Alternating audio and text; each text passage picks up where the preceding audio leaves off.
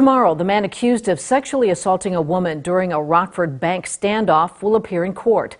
Nicholas August already pleaded not guilty and wants to represent himself at the trial. That makes it a real possibility he'll question the alleged victim during witness testimony. Dylan Siraki spoke with Winnebago County's top prosecutor.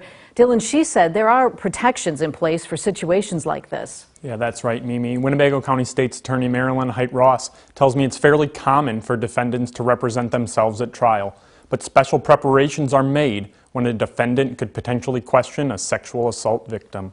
Testifying can be a very traumatic experience for a victim.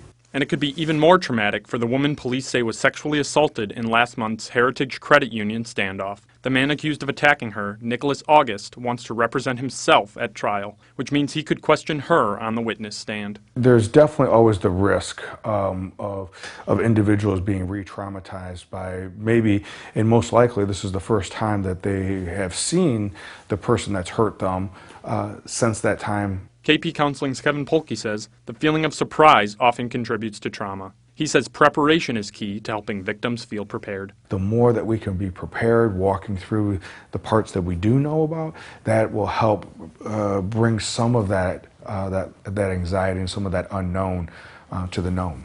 Winnebago County State's Attorney Marilyn Height-Ross tells me she's faced this scenario before. She'll prep victims before the trial, even taking them inside the courtroom so they can get familiar with their surroundings. We would ask for certain parameters, that the defendant not be allowed to get so close to the victim that they stand a certain distance away when they're questioning the victim. Height-Ross says those steps can provide the victim a level of personal space without being a problem legally. It doesn't infringe on the defendant's right to represent himself, but at the same time it recognizes the personal space of the victim or the witnesses who might be intimidated should the defendant, acting as his own attorney, get too close to them during the proceedings.